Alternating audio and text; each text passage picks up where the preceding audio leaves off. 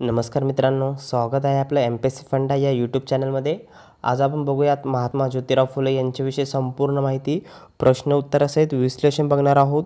तर याच्यामध्ये निश्चितच आपला फायदा होईल. पूर्ण व्हिडिओ बघा. आवडला तर लाईक करा, शेअर करा आणि सबस्क्राईब करा मित्रांनो. चला तर आजचा पहिला प्रश्न बघूयात. महात्मा फुले यांचे मूळ गाव कोणते होते? Option A Kadgul, option B Khatav, option C Tembhu, option D Satara. तर याचं योग्य आन्सर आहे ऑप्शन क्रमांक ए कडगुळ. चला तर यांच्याविषयी अधिक माहिती बघूयात. महात्मा फुले यांचा जन्म पुणेमधील पुरंदर तालुक्यातील खानवाडी येथे 11 एप्रिल 1827 रोजी क्षत्रिय माळे या समाजामध्ये झाला. ज्योतिबांची आईचे नाव होते चिमणाबाई. हे ज्योतिबा 9 महिन्याचे असतानाच निधन झाले. म्हणजे काय झालं की महात्मा ज्योतिबा फुले 9 महिन्याचे असताना त्यांची आई चिमणाबाई यांचे निधन झाले. नंतर त्यांचे सांभाळ सगुणाबाई श्रीसागर यांनी केले. हा प्रश्न येऊन गेलेला आहे मित्र आयोगामध्ये. महात्मा फुल्यांचं सांभाळ कोणी केला? सगुणाबाई श्रीसागर. महात्मा फुले यांना राजाराम नावाचे मोठे बंधू होते. त्यांचे मूळ गाव कडगुळ, तालुका खटाव, जिल्हा सातारा होते. त्यांचे मूळ आडनाव गोरे होते. मित्रांनो, हा देखील क्वेश्चन खूप वेळा विचारलेला आहे. त्यांचे मूळ आडनाव कोणतं होतं? तर गोरे त्यांचे मूळ आडनाव होते. महात्मा फुले यांच्या वडिलांनी व काकांना माधवराव पेशव्यांच्या दरबारात सजावटीचे काम देण्यात आले. त्यांनी केलेली सजावट पाहून खुश होऊन माधवराव पेशव्यांनी त्यांच्या फुलांच्या उत्पादनासाठी 35 एकर जमीन दिली. किती? 35 एकर जमीन दिली. त्यामुळे त्यांचा फुलांचा व्यवसाय जोरात सुरू झाला. फुलांच्या व्यवसायावरून त्यांना फुले असे आडनाव पडले. मूळ आडनाव गोरे हे होते. ओके, त्यांचे मूळ आडनाव काय होते? गोरे होते. आणि त्यांच्या आडनावानंतर काय? फुले पडले. कशामुळे? कारण की ते फुल्यांचे व्यवसाय करत होते. याआधी त्यांचा व्यवसाय हा शेळी पालनाचा व्यवसाय आहे. महत्त्वाचा क्वेश्चन आहे मित्रांनो. फुल्यांचा यांचा अगोदरचा कोणता व्यवसाय होता? तर शेळी पालनाचा हा त्यांचा पूर्वीचा व्यवसाय होता. गोविंदरावांनी महात्मा फुल्यांनी काही काळ भाजीपाल्यांचा व्यवसाय केला. यांनी याच्या अगोदर काय केला की भाजीपाल्याचा व्यवसायही केला होता. प्रश्न क्रमांक दुसरा. महात्मा फुलेंनी मराठी शिक्षण कोणत्या कालावधीत पूर्ण केले? ऑप्शन ए 1834 ते 1838, ऑप्शन बी 1835 ते 1839, ऑप्शन सी 1833 ते 1837, ऑप्शन डी 1832 ते 1836. तर याचं योग्य आन्सर आहे ऑप्शन क्रमांक 1 1834 ते 1838 या कालावधीमध्ये महात्मा फुलेंनी आपले मराठी शिक्षण पूर्ण केले. प्रश्न क्रमांक आहे 3. ज्योतिबांना स्कॉटिश मिशनऱ्यांच्या इंग्रजी शाळेत पहिल्या वर्गात बसवण्यात आले तेव्हा ते किती वर्षाचे होते? ओके, प्रश्न नीट समजून घ्या मित्रांनो. ज्योतिबांना स्कॉटिश मिशनऱ्यांच्या इंग्रजी शाळेत पहिल्या वर्गात बसवण्यात आले तेव्हा ते किती वर्षाचे होते? Option A 6, option B 12, option C 14, option D 8. तर त्याचा योग्य आन्सर आहे ऑप्शन क्रमांक सी 14 वर्षाचे होते. चला यांच्याविषयी अधिक माहिती बघूयात. 1834मध्ये ज्योतिबांना मराठी शाळेत घातले.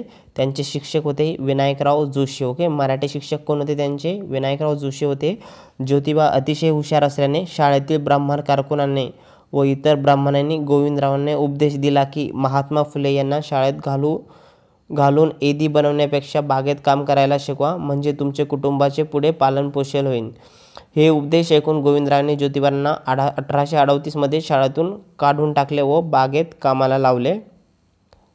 नंतर 1834 ते 1838 या कालावधीत ज्योतिबांनी आपले मराठी शिक्षण पूर्ण केले. कधी केले मित्रांनो? 1834 ते 1838मध्ये त्यांनी काय केलं की आपले मराठी शिक्षण पूर्ण केले. नंतर काय झालं की 1841मध्ये उर्दू शिक्षक गफार बेग मुन्शी व धर्मोपदेशक लेजेंड साहेब यांनी गोविंदराव व ज्योतिबाला शिक्षणाबाबत चांगला उपदेश केला. त्यामुळे गोविंदरावाने ज्योतिबाला वयाच्या 14व्या वर्षी स्कॉटिश मिशनऱ्यांच्या इंग्रजी शाळेत पहिल्या वर्गात बसवले. मित्रांनो, याच्यामध्ये महत्त्वाचा पॉईंट काय आहे की त्यांचे मराठी शिक्षण कधी झाले? 1834 ते 1838 या कालावधीमध्ये त्यांचे मराठी शिक्षण पूर्ण झाले. 1841मध्ये काय झालं की उर्दू शिक्षक गफार बेग मुन्शी व धर्मोपदेशक लेजेंड साहेब यांनी काय केलं? त्यांच्या वडिलांना म्हणजे गोविंदरावांना ज्योतिबांना शिक्षणाविषयी महत्त्व सांगितले. त्याच्यामुळे त्यांनी प्रेरित होऊन काय केलं की परत महात्मा फुल्यांना वयाच्या 14 वर्षी शाळेत टाकले. नंतर 1841 ते 1847 या 7 वर्षात महात्मा फुल्यांनी अभ्यास पूर्ण केला. ओके, सुरुवातीला त्यांनी मराठी शिक्षण कधी 1834 ते 1838मध्ये पूर्ण केला. आणि नंतर त्यांचं जे उच्च शिक्षण आहे त्यांचं 1841 ते 1847 या कालावधीमध्ये पूर्ण केला. प्रश्न क्रमांक 3, महात्मा फुले यांच्यावर राईट्स ऑफ मॅन या ग्रंथाचा प्रभाव होते. हे ग्रंथ कोणाचे आहे? प्रश्न नीट समजून घ्या मित्रांनो. महात्मा फुले यांच्यावर राईट्स ऑन मॅन या ग्रंथाचे प्रभाव होते. हे ग्रंथ कोणाचे आहे? Option A John Stuart Mill, option B Herbert Spencer, option C Thomas Paine, option D Martin Luther. तर याचं योग्य आन्सर आहे ऑप्शन क्रमांक सी थॉमस पेन. चला तर यांच्यावर बघू आणखी कोणाकोणाचा प्रभाव होता त्यांच्यावरती. Mahatma Phule यांच्यावरती rights of man यांच्याबरोबरच जस्टिस ऑफ युनिटी आणि एजेस ऑन रिजन या पुस्तकाचा प्रभाव पडला होता. कोणता असा प्रश्न येऊ शकतो की महात्मा फुलेंवरती कोणत्या कोणत्या पुस्तकांचा प्रभाव होता? तर कोणत्या होता? Rights of man, justice of unity and ages on reason या पुस्तकांचा प्रभाव होता. महात्मा फुले यांच्यावरती संस्कृतमधील वज्रसूची व कबीरांच्या विप्रमती या बीजमती ग्रंथातील भागांचा प्रभाव पडला होता. हे पण खूप महत्त्वाचा पॉईंट आहे मित्रांनो. महात्मा फुले यांच्यावरती काय झालं की संस्कृतमधील वज्रसूची व कबीरांच्या विप्रमती या बीजमधील ग्रंथातील भागांचा प्रभाव पडला होता. महात्मा फुले यांना कबीरांचे आवडचे दोहे होते. नाना वर्ण एक गाय, एक रंग है दूध, तुम कैसे बम्मन है कैसे सूद. खूप महत्त्वाचा पॉईंट आहे मित्रांनो. आपण परत एकदा बघू आपण. महात्मा फुले यांना कबीरांच्या आवडचे दोहे होते, म्हणजे ते कबीरांना एक आवडते गुरु मानायचे. आणि त्यांचे दोहे त्यांना कोणते आवडचे की नाना वर्ण एक गाय, एक रंग हे दूध, तुम कैसे बम्मन है कैसे सूद. नंतर फुलेंना संत तुकाराम, छत्रपती शिवाजी महाराज, मार्टिन लुथरपासून अन्यायाविरुद्ध लढण्याची प्रेरणा मिळाली. असा क्वेश्चन येऊ शकतो की महात्मा फुल्यांना अन्यायाविरुद्ध लढण्याची प्रेरणा कोणापासून मिळाली? तर संत तुकाराम, छत्रपती शिवाजी महाराज आणि मार्टिन लुथर यांच्यापासून काय झालं की त्यांना अन्यायाविरुद्ध लढण्याची प्रेरणा मिळाली. प्रश्न क्रमांक 4, ज्योतिबांचे विवाहाच्या वेळी त्यांचे वय किती होते?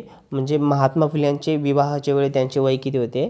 ऑप्शन ए 9 वर्ष, ऑप्शन बी 13 वर्ष, ऑप्शन सी 14 वर्ष, ऑप्शन डी 16 वर्ष. तर याचं योग्य आन्सर आहे ऑप्शन क्रमांक सी 13 वर्ष. महात्मा फुले यांच्या विवाहाच्या वेळी त्यांचे वय 13 वर्ष होते. तर त्यांच्याविषयी अधिक माहिती. 1840मध्ये नायगाव येथील खंडोजी नेवशे म्हणजेच झगडे पाटील यांची कन्या सावित्रीबाई यांच्याशी त्यांचा विवाह झाला. ओके, म्हणजे सगुणाबाईच्या आग्रहामुळे त्यांचा विवाह केला त्यांनी.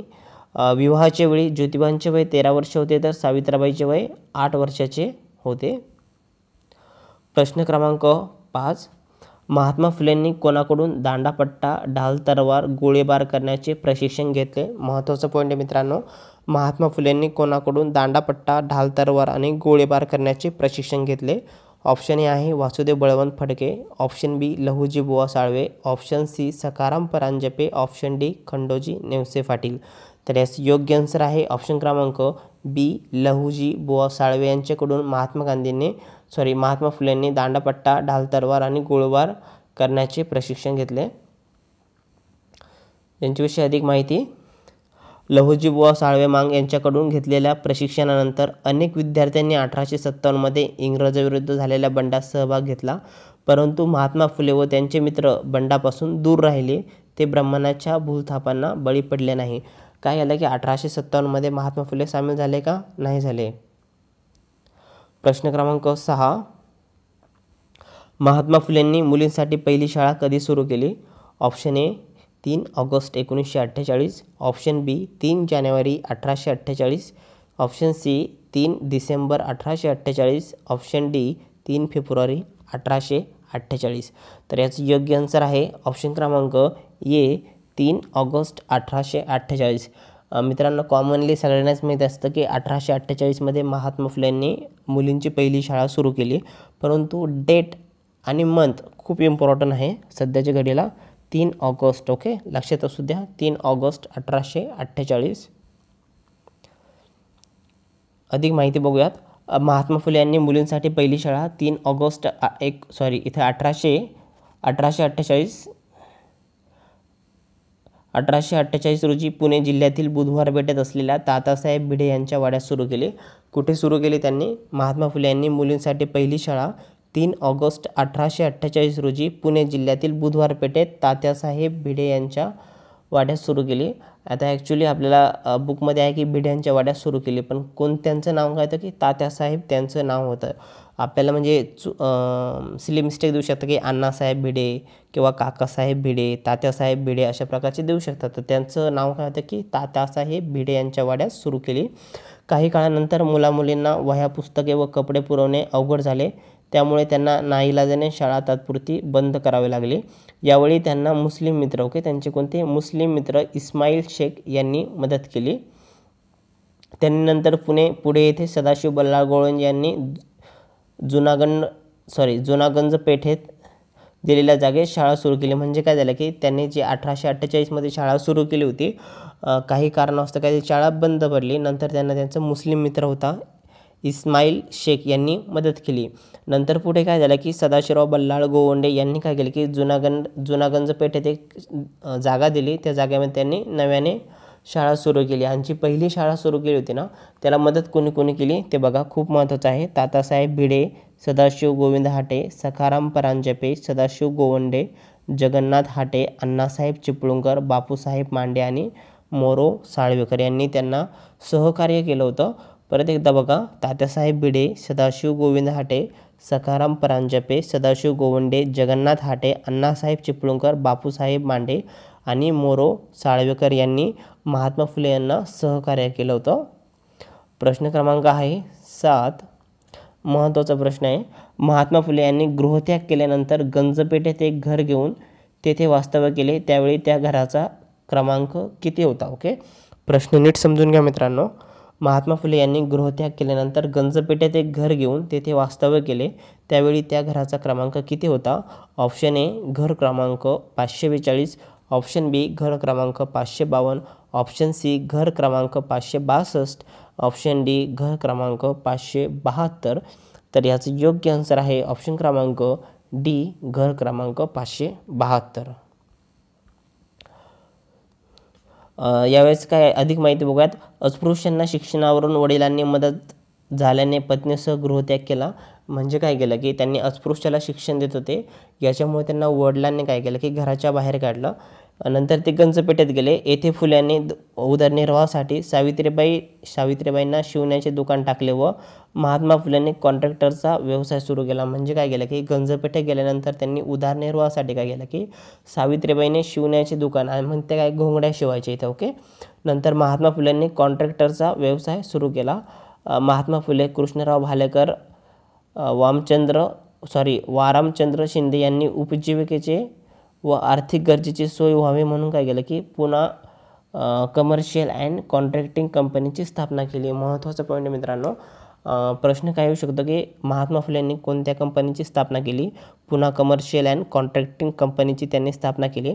आणि ह्या सहभाग कोणाकोणाचा होता? इथे महात्मा फुले, कृष्णराव भालेकर आणि वरामचंद्र शिंदे यांचा सहभाग होता. कशामध्ये? पुन्हा कमर्शियल अँड कॉन्ट्रॅक्टिंग कंपनी स्थापन करण्यामागे. सावित्रीबाईंनी येथे घोंगड्या शिवून पैसे मिळवले. आता या गंजपेठेला फुलेपेठ असे नाव पडले, तर त्यांच्या घराला फुलेवाडा म्हणून ओळखले जाऊ लागले. प्रश्न क्रमांक आहे 8. महात्मा फुलेंनी 3 जुलै 1851 रोजी दुसरी शाळा कोणाच्या वाड्यात सुरू केली? ऑप्शन ए आहे Annasaheb Chiplunkar, option B Sakharam Paranjpe, option C Sadashiv Gowande, option D आहे केशव भवाळकर. तर याचं योग्य आन्सर आहे ऑप्शन क्रमांक ए अण्णासाहेब चिपळूणकर. ओके, पहिली शाळा कोणाच्या वाड्यामध्ये सुरू केली ते आपण बघितलं इथंच. ओके, पहिली शाळा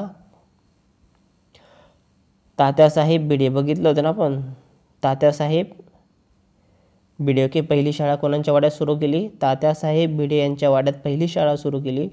तर दुसरी शाळा कोणाच्या वाड्यात? अण्णासाहेब चिपळूणकर यांच्या वाड्यात ही दुसरी शाळा सुरू केली. लक्षात असू द्या, कधी? 3 जुलै 1851 रोजी. प्रश्न क्रमांक 9. महात्मा फुले यांनी अस्पृश्य मुलांसाठी पहिली शाळा कुठे सुरू केली? प्रश्न नीट समजून घ्या मुलांना. अस्पृश्य मुलांसाठी पहिली शाळा विचारला आहे, तर कुठे सुरू केली? ऑप्शन ए बुधवार पेठ, ऑप्शन बी जुनागंज पेठ, ऑप्शन सी रास्ता पेठ आणि ऑप्शन डी आहे नाना पेठ. तर याचं योग्य आन्सर आहे ऑप्शन क्रमांक डी नाना पेठेत त्यांनी अस्पृश्य मुलांसाठी पहिली शाळा सुरू केली. आता आयोग किंवा अदर एक्झाममध्ये ते कॉमन झाले, पहिली शाळा कुठे सुरू केली असा प्रश्न येऊ शकतो की अस्पृश्य मुलांसाठी पहिली शाळा कुठे सुरू केली. कुठे तर नाना पेठेमध्ये पहिली शाळा त्यांनी सुरू केली. यांच्याविषयी अधिक माहिती 1851 मध्ये पुणे शहरात नाना पेठेत अस्पृश्यासाठी त्यांनी पहिली शाळा सुरू कधी केली. 1851 मध्ये पुणे शहरात नाना पेठेत अस्पृश्यांसाठी त्यांनी पहिली शाळा सुरू केली. 1852 मध्ये पुणे शहरात वेताळ पेठेत सदाशिवराव बल्लाळ गोवंडे यांच्या वाड्यात अस्पृश्यांसाठी दुसरी शाळा सुरू केली. आता पहिली शाळा कुठे केली अस्पृश्यांसाठी? नाना पेठेत केली. तर दुसरी शाळा कुठे? वेताळ पेठेत. कोणाच्या वाड्यात? सदाशिव बल्लाळ गोवंडे यांच्या पेठेत वाड्यात काय केले? अस्पृश्यांसाठी दुसरी शाळा सुरू केली. लहुजी साळवेमांग आणि राणोजी महार यांनी महार मांग वाड्यात जाऊन मुलांना शाळेत आणण्याचे काम केले. कुणी केले? लहुजी साळवेमांग आणि राणोजी महार यांनी काय केलं की मुले गोळा करण्याचं काम केलं. आता दलितांचे शिक्षक म्हणून कुणी काम केले? म्हणजे महात्मा फुल्यांनी जी शाळा ओपन केली होती तर याच्यामध्ये दलितांना शिकवायचं काम कोणी केलं? विष्णू मोरेश्वर, रामचंद्र मोरेश्वर, रघुराम सुखराम, धुराजी अप्पाजी चांभार, केशव त्र्यंबक, विठोबा बापूजी, विनायक गणेश, धोंडो सदाशिव आणि गणू शिवाजी मांग. महत्त्वाचे कॅरेक्टर आहे मित्रांनो, व्यवस्थित लक्षात असू द्या. आपण इग्नोर करतो पण हेच महत्त्वाचे आहे. विष्णू मोरेश्वर, रामचंद्र मोरेश्वर, रघु सखुराम, धुराजी अप्पाजी चांभार, केशव त्र्यंबक, विठोबा बापूजी, विनायक गणेश, धोंडो सदाशिव आणि गणू शिवाजी मांग. प्रश्न क्रमांक आहे 10. सावित्रीबाईंना शिक्षिकेचे कार्य कसे करावे यासंबंधी सावित्रीबाईंना कोणी शिक्षण दिले? आपण म्हणतो की सावित्रीबाई पहिल्या शिक्षिका होत्या, परंतु सावित्रीबाईंना प्रशिक्षण कोणी दिले पहिले, तसा क्वेश्चन आहे. Option A Gafarbeg Munshi, option B Sakharam Paranjpe, option C Keshav Shivram Bhavalkar, option D Moro Vitthal Pant. तर याचं योग्य आन्सर आहे ऑप्शन क्रमांक सी केशव शिवराव भवाळकर. प्रश्न येऊ शकतो की सावित्रीबाई फुलेंना शिक्षिकेचे कार्य कसे करावे यासंबंधी सावित्रीबाईंना कोणी शिक्षण दिले? तर कोणी दिले? केशव शिवराम भवाळकर. प्रश्न आहे 11. ज्योतिरावांनी काढलेल्या शाळेत शिक्षक म्हणून कोणी काम केले? म्हणजे मुख्य शिक्षक म्हणून कोणी काम केले? Option A Krishnapant Thatte, option B Devram Thosar, option C Gafarbeg Munshi, option D Sadashiv Gowande. तर याचं योग्य आन्सर आहे ऑप्शन क्रमांक ए विष्णुपंत थत्ते. ओके, खूप महत्त्वाचं कॅरेक्टर आहे हे, कारण की महात्मा फुलेसोबत हे खूप म्हणजे सहकारी आहे त्यांचे विष्णुपंत थत्ते. यांच्याविषयी अधिक माहिती बघूयात. 3 ऑगस्ट 1848 मध्ये पुणे येथे बुधवार पेठेत भिडे यांच्या वाड्यात मुलींची पहिली शाळा सुरू केली. 17 सप्टेंबर 1851 रोजी रस्ता पेठेत मुलींची दुसरी शाळा सुरू केली. ओके, पहिली शाळा कुठे केली? बुधवार पेठेत भिड्यांच्या वाड्यात. तर दुसरी शाळा रस्ता पेठेत सुरू केली कधी? 17 सप्टेंबर 1851 मध्ये. ही पण डेट लक्षात असू द्या मित्रांनो. 1851 मध्ये नाना पेठेत अस्पृश्यासाठी पहिली शाळा सुरू काढली. 15 मार्च 1852 रोजी वेताळ पेठेत भिडे यांच्या वाड्यात मुलींची शाळा परत सुरू केली. 15 मार्च 1852 रोजी महात्मा फुले यांनी पुणे शहरात वेताळ पेठेत सदाशिवराव बल्लाळ गोवंडे यांच्या वाड्यात अस्पृश्यांसाठी शाळा सुरू केली. 1855 मध्ये त्यांनी रात्रीची प्रौढ शाळा सुरू केली. ओके, महत्त्वाचा पॉईंट आहे मित्रांनो. काय केले त्यांनी? प्रौढ शाळा कधी सुरू केली? 1855 मध्ये. आणि कधी केली? रात्री केली. कारण की जे कामगार वर्ग होते ते दिवसभर काम करायचे आणि त्यांना रात्री महात्मा गांधी दररोज काय करायचे? 2 तास ते लेक्चर घ्यायचे. ओके, अशा शाळांना दक्षिण प्राईज फंडामधून दर महिन्याला 25 रुपये मदत येऊ लागली. प्रश्न क्रमांक 12. महात्मा फुले यांनी घेतलेल्या दत्तक पुत्र यशवंत यांच्या आईचे नाव काय होते? Option A Anandibai, option B Saraswati, option C Kashibai, option D Ramabai. तर याचं योग्य आन्सर आहे ऑप्शन क्रमांक सी काशीबाई. महात्मा फुले यांनी घेतलेल्या दत्तक पुत्र यशवंत याच्या आईचे नाव काय होते? की काशीबाई. प्रश्न क्रमांक 13. महात्मा फुलेंनी बालहत्या प्रतिबंधक गृहाची सुरुवात केव्हा केली? Option A 1861, option B 1855, option C 1863, option D आहे 1860. तर याचं योग्य आन्सर आहे ऑप्शन क्रमांक सी 1863 मध्ये त्यांनी काय केलं की बालहत्या प्रतिबंधक गृहाची स्थापना केली. चला अधिक माहिती बघूयात. महात्मा फुले यांनी 28 जानेवारी 1863 रोजी बालहत्या प्रतिबंधक गृह पुणे येथे सुरू केले. आपल्याला माहिती आहे की 1863मध्ये सुरू केले, पण डेट पण खूप इम्पॉर्टंट आहे. 28 जानेवारी ओके 1863 रोजी कुठे सुरू केले की पुण्यामध्ये. 1875मध्ये बालहत्या प्रतिबंधक गृहाची एक शाखा पंढरपूर येथे प्रार्थना समाजाचे राव बहादूर लालशंकर उमियाशंकर यांनी बालहत्या प्रतिबंधक गृहाची स्थापना गावाबाहेर एक धर्मशाळेत केली. ओके काय केले की 1875मध्ये बालहत्या प्रतिबंधक गृहाची एक शाखा कुठे की पंढरपूर येथे प्रार्थना समाजाचे राव बहादूर लालशंकर उमियाशंकर यांनी काय केलं की बालहत्या प्रतिबंधक गृहाची स्थापना गावाबाहेर एक धर्मशाळेत केली. आता त्यांचे नाशिकमध्ये शाखा कोणी कोणी काढल्या? लालशंकर, लोकहितवादी, वी मो भिडे आणि काम थत्ते यांनी काय केले की नाशिकमध्ये शाखा काढल्या.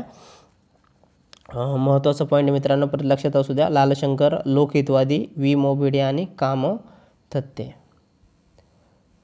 नंतर काय राहिलं इथे, अनैतिक पद्धतीने जन्मलेल्या मुलांचा पालन पोषणाची जबाबदारी बालहत्या प्रतिबंधक गृहाने घेतली. काशीबाई या ब्राह्मण विधवेने अनैतिक संबंधातून 1865मध्ये यशवंत नावाच्या मुलाला जन्म दिला होता. यशवंताला 1873 साली महात्मा फुले यांनी दत्तक घेतले. हाच पुढे यशवंत फुले म्हणून ओळखले जाऊ लागले. मित्रांनो आत्ताच वरती क्वेश्चन बघितला आपण काय की काशीबाई या ब्राह्मण विधवेने अनैतिक संबंधातून 1865मध्ये काय झालं की यशवंत नावाच्या मुलाला जन्म दिले होते. नंतर 1873मध्ये महात्मा फुलेंनी दत्तक घेतले. कधी त्यांचा जन्म यशवंत यांचा जन्म 1865मध्ये झाला. तर त्यांनी काय केलं की दत्तक कधी घेतले ते दत्तक 1873मध्ये घेतलं. नंतर तेच पुढे काय की डॉक्टर यशवंत फुले म्हणून ओळखले जाऊ लागले. प्रश्न क्रमांक आहे 14. महात्मा फुले यांनी पहिला पुनर्विवाह कधी घडवून आणला? ऑप्शन ए 6 जानेवारी 1863, ऑप्शन बी 8 मार्च 1864, ऑप्शन सी 12 जानेवारी 1863, ऑप्शन डी 26 सप्टेंबर 1865. तर याचं योग्य आन्सर आहे ऑप्शन क्रमांक बी 8 मार्च 1864 रोजी. 8 मार्च लक्षात ठेवू शकता महिला दिन म्हणून 1864. चला यांच्याविषयी अधिक माहिती. 8 मार्च 1864 रोजी महात्मा फुले यांनी पुण्यात गोखल्यांच्या बागेत कुठे गोखल्यांच्या बागेत शिवणी जातीतील 18 वर्षाची नर्मदा या विधवेचा व त्याच जातीतील रघुराम जनार्दन या विधुराबरोबर पुनर्विवाह लावला. हा पहिलाच पुनर्विवाह होता. महत्त्वाचा पॉईंट मित्रांनो काय केलं की 8 मार्च 1864 रोजी महात्मा फुले यांनी पुण्याच्या गोखल्यांच्या बागेत शिवणी जातीतील 18 वर्षाची नर्मदा या विधवेचा विवाह त्याच जातीतील काय झालं की रघुनाथराव जनार्दन या विधुराबरोबर पुनर्विवाह लावला. हाच त्यांचा पहिला पुनर्विवाह होता. कधी 1864मध्ये. प्रश्न क्रमांक 15. महात्मा फुलेंनी 1853मध्ये महार लोकास विद्या शिकवणारी मंडळी ही संस्था स्थापन केली. या संस्थेचे अध्यक्ष कोण होते? खूप इम्पॉर्टंट क्वेश्चन मित्रांनो. महात्मा फुलेंनी काय केलं की 1853मध्ये महार लोकास विद्या शिकवणारी मंडळी ही संस्था स्थापन केली होती. या संस्थेचे अध्यक्ष कोण होते? Option A Mahatma Phule, option B Sadashivrao Gowande, option C Savitribai Phule, option D Nanasaheb Chiplunkar. तर याचं योग्य आन्सर आहे ऑप्शन क्रमांक बी सदाशिवराव गोवंडे. प्रश्न क्रमांक 6. महात्मा फुले यांना कोणी जीव मारण्याचा प्रयत्न केला? महात्मा फुले यांना कोणी जीव मारण्याचा प्रयत्न केला? Option A Dhondiba Kumbhar, option B Sajjan Rodemang, option C A व बी, ऑप्शन डी यापैकी नाही. तर याचं योग्य आन्सर आहे ऑप्शन क्रमांक सी ए व बी म्हणजे धोंडेबा कुंभार आणि सज्जन रोडेमांग यांनी काय केलं की महात्मा फुले यांना मारण्याचा प्रयत्न केला होता. यांच्याविषयी बघूयात. सनातनी ब्राह्मण लोकांना महात्मा फुले यांचे कार्य बघवले गेले नाही. त्यामुळे त्यांनी काय केलं की धोंडेराव नामदेव कुंभार आणि सज्जन रोडेमांग यांना काय केलं की 1000 रुपये बक्षीस देऊन त्या दोघांनी 1856मध्ये महात्मा फुले यांना मारण्याचा प्रयत्न केला. काय केलं की कोणी मारण्याचा प्रयत्न केला होता? धोंडेराम नामदेव कुंभार आणि सज्जन रोडेमांग यांनी किती 1856मध्ये मारण्याचा प्रयत्न केला होता आणि त्यांना बक्षीस दिलं होतं ब्राह्मणांनी 1000 रुपये. नंतर काय झालं की फुले यांना स्वतःहून मारे करा म्हणजे काय झालं की जेव्हा ते मारायला गेले होते तर फुलेंनी काय केलं की स्वतःहून मारे करा पुढे मान केल्याने मारेकरी खाजील झाले व त्यांनी महात्मा फुले यांची माफी मागितली. नंतर ते दोघेही महात्मा फुले यांचे शिष्य बनले. धोंडीराव कुंभार यांनी वेदाचार ग्रंथ लिहिला. कोणता? आता धोंडीराव कुंभार यांनी कोणता? वेदाचार हा ग्रंथ लिहिला, त्यामुळे त्यांना पंडितराज हा किताब मिळाला. खूप महत्त्वाचा पॉईंट आहे मित्रांनो. धोंडीराव कुंभार यांनी कोणता? वेदाचार हा ग्रंथ लिहिला, त्यामुळे त्यांना पंडितराज हा किताब, कोणता? पंडितराज किताब मिळाला. आणि सज्जय रोडेमांग हे शाहीर बनले. ओके. प्रश्न क्रमांक 17. महात्मा फुलेंनी घराचा हौद व विहीर अस्पृश्यासाठी कधी खुले केली? Option A 1868, option B 1866, option C 1865, option D 1869. तर याचं योग्य आन्सर आहे ऑप्शन क्रमांक ए 1868 त्यांनी काय केलं की घरचा हौद व विहीर अस्पृश्यासाठी खुली केली होती. यांच्याविषयी अधिक माहिती. 1868 महात्मा फुलेंनी वडील यांचे निधन झाले होते. त्याच वर्षी त्यांनी काय केलं की हौद व विहीर त्यांनी खुले केले. 1868 शिवजयंती उत्सव मंडळाची स्थापना केली. 1868 घरचा हौद विहीर अस्पृश्यासाठी खुले केले. आता बघा 1868 3 घटना घडल्या त्यांच्या जीवनामध्ये. 1868 त्यांच्या वडिलांचे निधन झाले. 1868 काय केलं की शिवजयंती उत्सव मंडळ त्यांनी स्थापना केली आणि 1868 घरचा हौद व विहीर अस्पृश्यासाठी त्यांनी खुली केली. प्रश्न क्रमांक 18. महात्मा फुलेंनी सत्यशोधक समाजाची स्थापना कधी केली होती? ऑप्शन ए 24 ऑक्टोबर 1874, ऑप्शन बी 25 सप्टेंबर 1872, ऑप्शन सी 24 सप्टेंबर 1883, ऑप्शन डी 24 सप्टेंबर 1873. त्याचं योग्य आन्सर आहे ऑप्शन क्रमांक डी 24 सप्टेंबर 1873. मित्रांनो ही डेट खूप इम्पॉर्टंट आहे, 24 सप्टेंबर. प्रश्न क्रमांक 19. सत्यशोधक समाजाचे मुख्यालय कोठे होते? Option A Budhwarpeth, option B Nanapeth, option C Vetalpeth, option D Ganjpeth. तर याचं योग्य आन्सर आहे ऑप्शन क्रमांक सी वेताळपेठ. ओके. सत्यशोधक समाजाची स्थापना माहिती आपल्याला 24 सप्टेंबर 1873 पुणेमध्ये केली, परंतु त्यांचे ते मुख्यालय कुठे होते? मुख्यालय होते वेताळपेठ येथे. ओके. प्रश्न क्रमांक 20. महात्मा फुलेंनी 1875 शेतकऱ्यांच्या शोषणाविरुद्ध खतफोडीचे नेतृत्व कोणत्या जिल्ह्यात केले होते?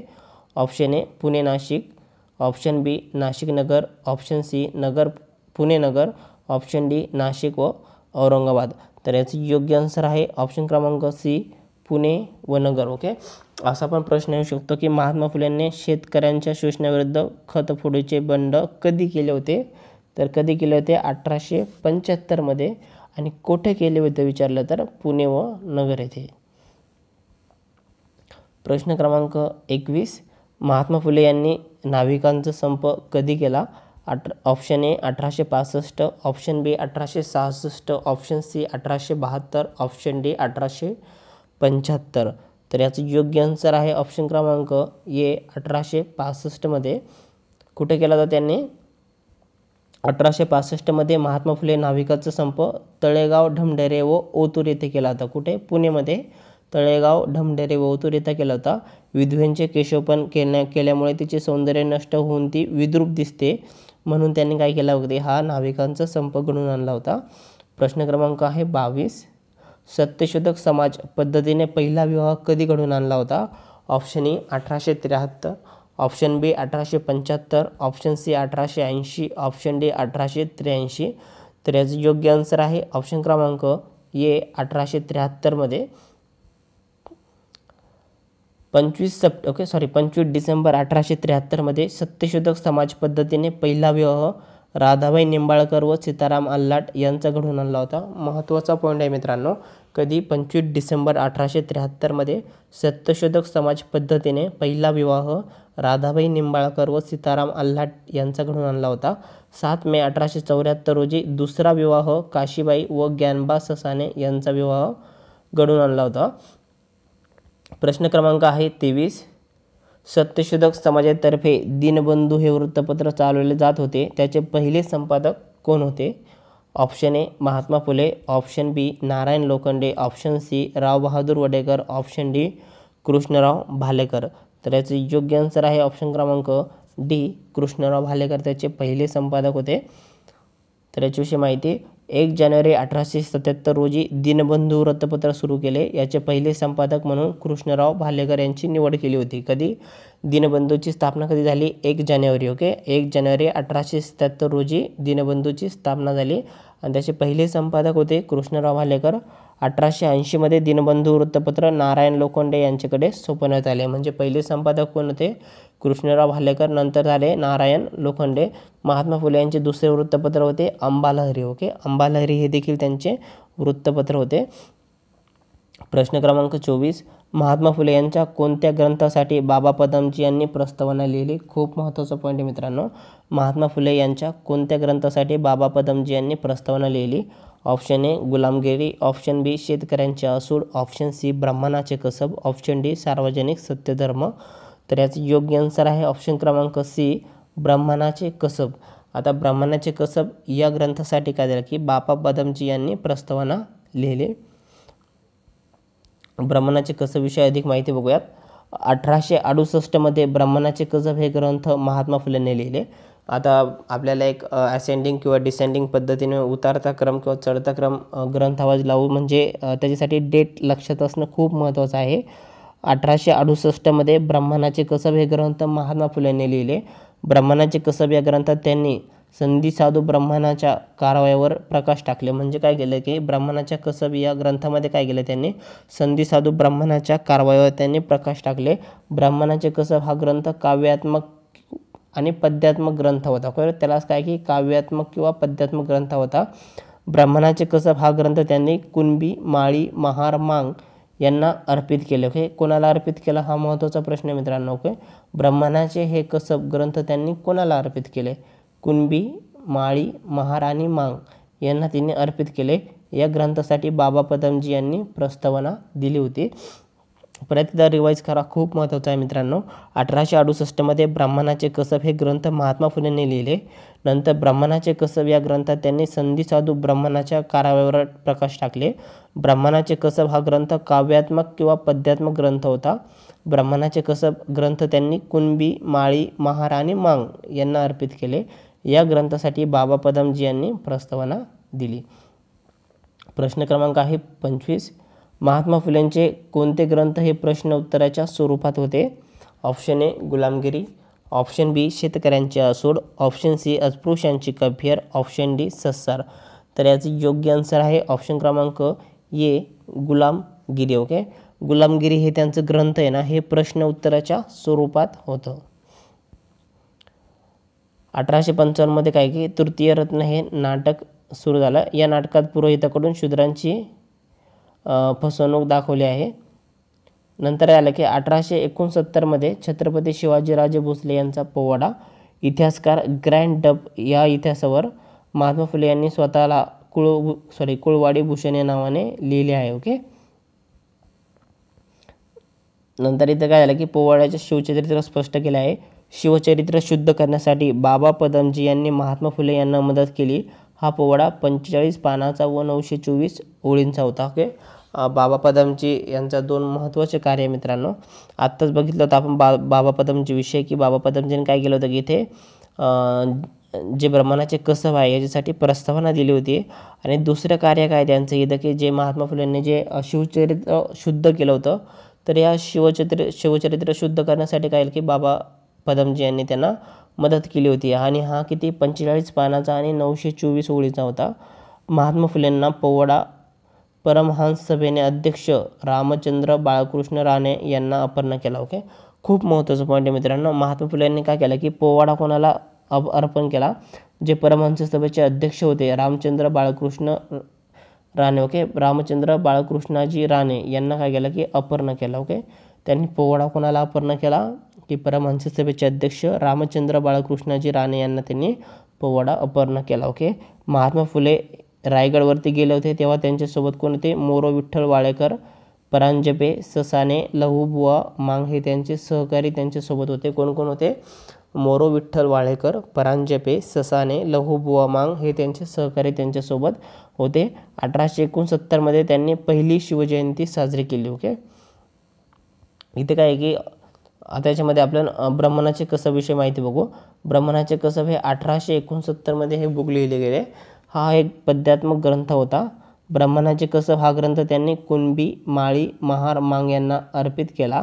ब्राह्मणाचे कसब या ग्रंथाला बाबा पदमजी यांनी प्रस्तावना लिहिली, आत्ताच बघितलं होतं आपण. नंतर 1869मध्ये काय केलं की अखंडदायी काव्यरचना हे बुक लिहिले. कोणते? 1869मध्ये 1869मध्ये 2 बुक लिहिले मित्रांनो त्यांनी. कोणता? एक ब्राह्मणाचे कसब आणि अखंडदायी काव्यरचना. आता अखंडदायी काव्यरचनामध्ये त्यांनी महात्मा फुले यांनी संत तुकाराम यांच्या धर्तीवर अखंडदायी काव्यरचना केली. कोणाच्या धर्तीवर? संत तुकाराम. आपल्याला ऑप्शन चुकू शकतात की संत ज्ञानेश्वर, संत तुकाराम किंवा संत जनाबाई, संत एकनाथ अशा प्रकारचे चुकू शकतात. सो पॉईंट लक्षात असू द्या, संत एकनाथ यांच्या 1873मध्ये काय झालं की महात्मा फुले यांनी कोणता? गुलामगिरी हा ग्रंथ लिहिला. ओके, म्हणजे काय दिलं की सत्यशोधक समाजाची स्थापना ज्या वर्षी केली ना त्यांनी त्या वर्षी कोणता? हा गुलामगिरी ग्रंथ लिहिला होता. 1873मध्ये महात्मा फुले यांनी गुलामगिरी हा गद्यात्मक ग्रंथ लिहिला. कसा होता हा? गद्यात्मक. इथे चुकू शकतं, आपल्याला पद्यात्मक करू शकतात, परंतु कोणता? गद्यात्मक ग्रंथ लिहिला. यामध्ये एकूण 15 प्रकरणे, त्यापैकी 13 प्रकरणे ब्राह्मणी वर्चस्वाचा इतिहास होता.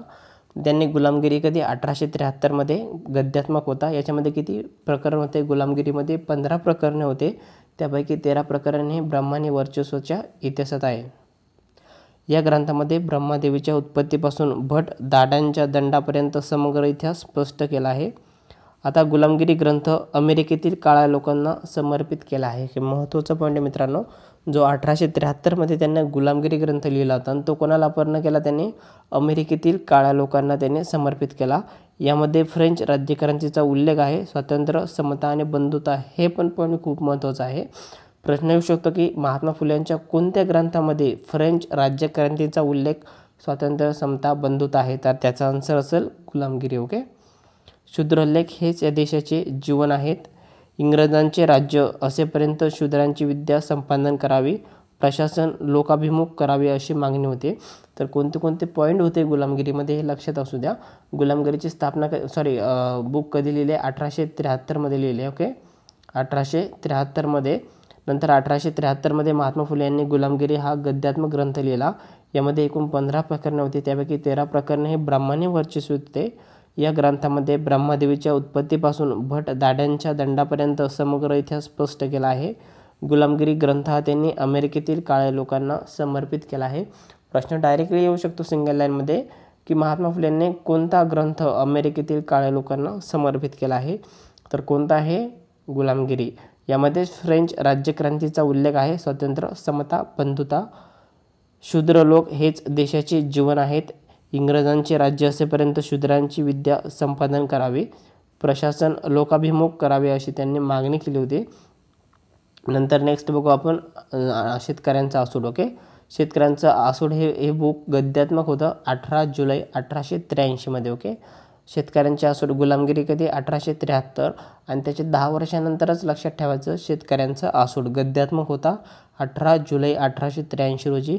प्रकाशित करण्या अगोदर हा ग्रंथ सयाजीराव गायकवाड यांना वाचून दाखवला आहे. तर खूप महत्त्वाचा प्रश्न मित्रांनो.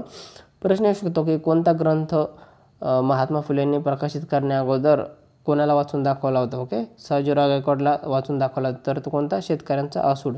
किंवा असं पण प्रश्न येऊ शकतो की शेतकऱ्यांचा आसूड हा ग्रंथ म्हणजे प्रकाशन करण्या अगोदर कोणाला वाचून दाखवला होता? कोणी वाचून दाखवला होता? ओके, सयाजीराव गायकवाड यांना वाचून दाखवला होता. या ग्रंथामध्ये शेतकऱ्यांचे दैन्य अवस्थेचे वर्णन केले होते. यामध्ये सत्यशोधक चळवळीचा भावार्थ स्पष्ट केला आहे. शेतकरी हा देशाचा खरा पोशिंदा आहे. शेतकऱ्यांचा आसूड या ग्रंथात शिक्षणाभावी म्हणजे समाजाची कशी परवड होते हे त्यांनी दाखवून दिले, स्पष्ट केले आहे. महात्मा फुलेंच्या शेतकऱ्यांचा आसूड या ग्रंथाचे मराठी इंग्रजी भाषांतर करून लॉर्ड डफरीनमार्फत इंग्लंडला राणीकडे पाठवले होते. खूप महत्त्वाचा पॉईंट आहे मित्रांनो हा देखील. महात्मा फुलेंच्या शेतकऱ्यांचा आसूड या ग्रंथाचे काय झालं की त्यांनी मराठी इंग्रजी भाषांतर करून लॉर्ड डफरीनमार्फत काय झालं की इंग्लंडच्या राणीकडे पाठवले होते. आणि नंतर आहे सस्सार. ओके, सस्सार 1885मध्ये हा होता, नियतकालिका होती एक सस्सार 1885मध्ये. सामाजिक प्रश्नाची स्पष्टीकरण. यामधून ब्रह्मसमाज व प्रार्थना समाज विरुद्ध टीका केली. नंतर इशारा 1885मध्ये हा गद्य होता. यामधून जातीभेद विषयक विचार मांडले. महात्मा फुले यांनी पुस्तील न्यायाधीश महादेव गोविंद रानडे यांच्या 3 वर्षा राज्यातील हल्ली शेतकऱ्यांची स्थिती चांगली आहे या मताचे खंडन करण्यासाठी होते. नंतर आहे सार्वजनिक सत्यधर्म 1891मध्ये, हा पण महत्त्वाचा आहे. सार्वजनिक सत्यधर्म हा ग्रंथ त्यांच्या मृत्यूनंतर प्रकाशित झाला आहे. प्रश्न येऊ शकतो की महात्मा फुलेंच्या मृत्यूनंतर त्यांचा कोणता ग्रंथ प्रकाशित झाला. ओके, खूप सारे ग्रंथ आहे, कन्फ्यूज होतात, म्हणून त्यांचा शेवटचा ग्रंथ कोणता, सार्वजनिक सत्यधर्म आहे. या सार्वजनिक सत्यधर्मामध्ये त्यांनी या ग्रंथात महात्मा फुलेंनी विश्व कुटुंब निर्माण करण्याची आपली वर्तणूक कशी असावी यासाठी किती 33 नियम सांगितले आहे. कशासाठी, म्हणजे सार्वजनिक सत्यधर्मामध्ये महात्मा गांधींनी विश्व कुटुंब निर्माण करण्यासाठी आपली वर्तणूक कशी असावी यासाठी त्यांनी 33 नियम सांगितले आहे. यामध्ये स्वातंत्र्य, समता, बंधुता या मूलभूत मानवी मूल्यांच्या आधारावर समाजरचना कशी असावी त्यांनी सांगितले आहे. अमेरिका व फ्रेंच राज्यक्रांतीची तत्त्वे भारतीय समाजरचनेच्या संदर्भात मांडली.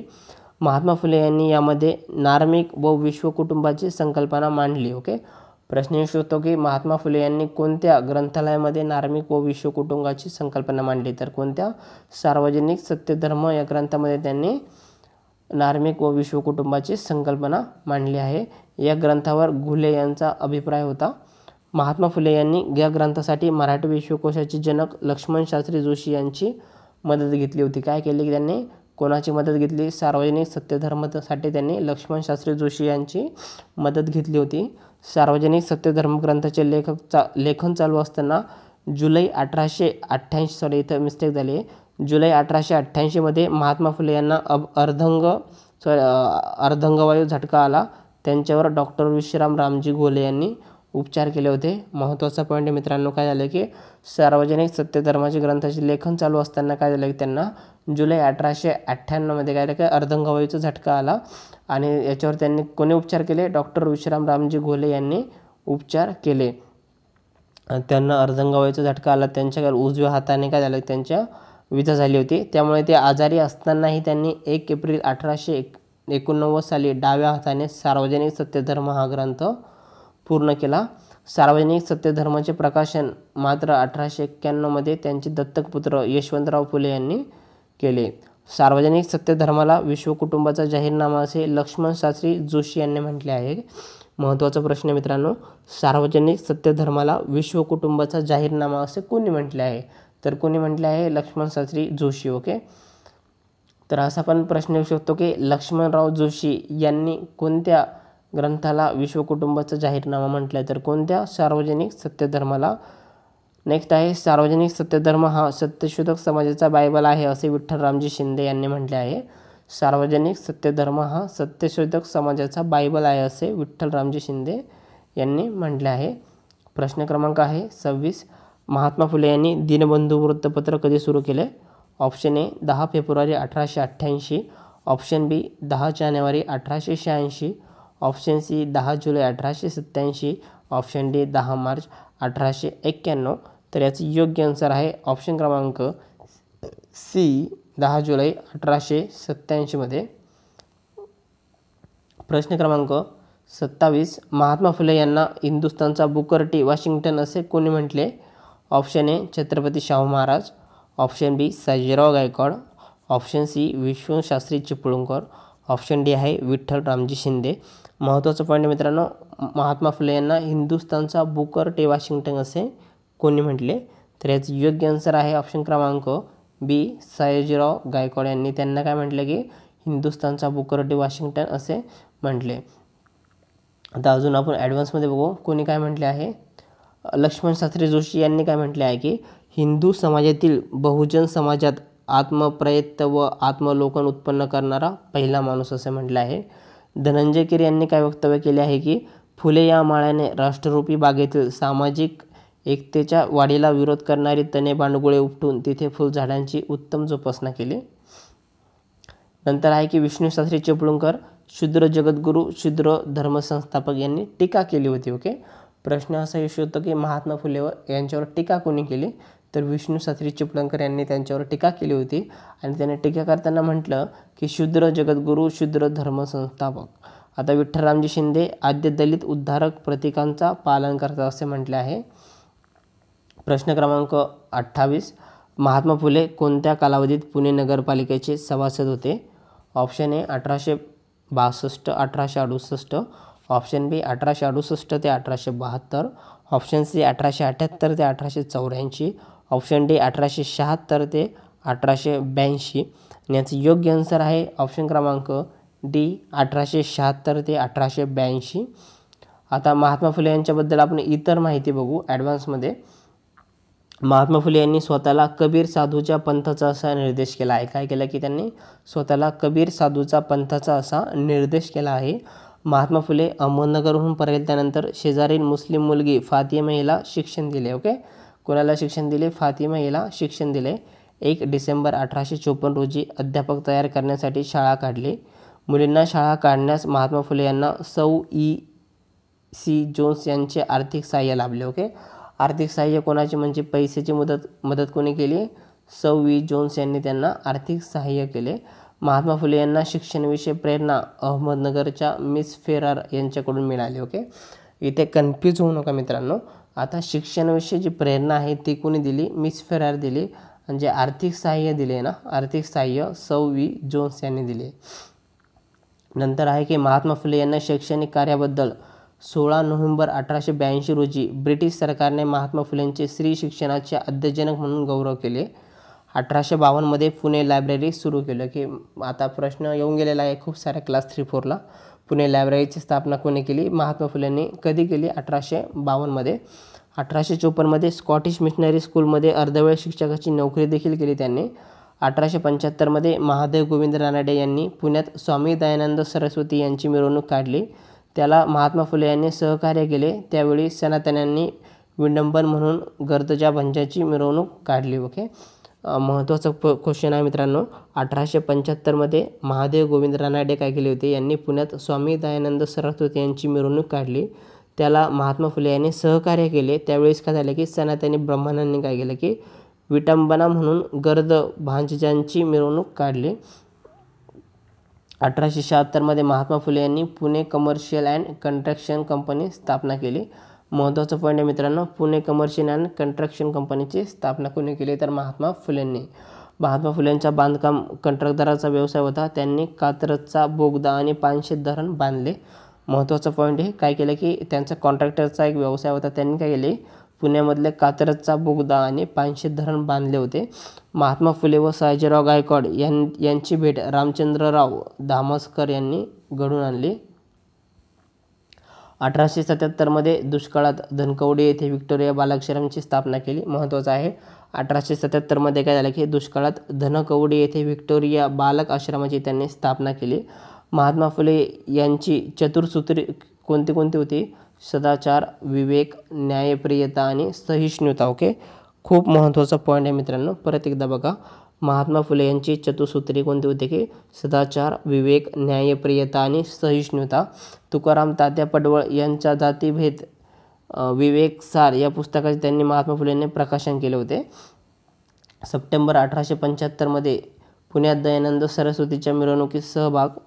1882 हंटरराय गबोडे साक्ष आणि टिळक वागरकर यांची तुरुंगातून सुटका झाल्यानंतर मुंबईत त्यांनी सत्कार देखील केला. 2 मार्च 1888 डिक ऑफ कॅनटचा सत्कार सभेला शेतकऱ्यांच्या वेशात ते हजर होते. कधी? 2 मार्च 1888 जे इंग्लंडचे राजा होते ड्यूक ऑफ कॅनट यांचा सत्कार होता. त्यावेळी ते शेतकऱ्यांच्या वेशात शेतकऱ्यांचे प्रश्न मांडण्यासाठी तेथे हजर होते.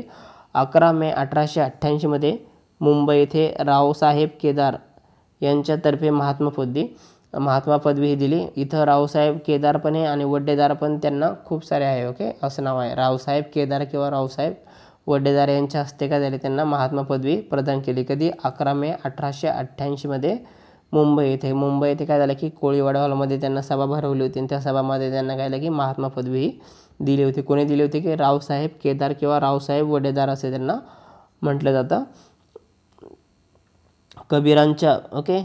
कबीरांच्या बीजक ग्रंथातील विप्रमती या प्रकरणाचा प्रभाव त्यांनी स्वतःचा उल्लेख एका ठिकाणी कबीर साधूंच्या पंथांचा असा केला होता. महात्मा फुले हे शेतकऱ्यांच्या प्रश्नासाठी लढणारे पहिले समाजसुधारक होते. इम्पॉर्टंट क्वेश्चन आहे मित्रांनो, व्हेरी इम्पॉर्टंट.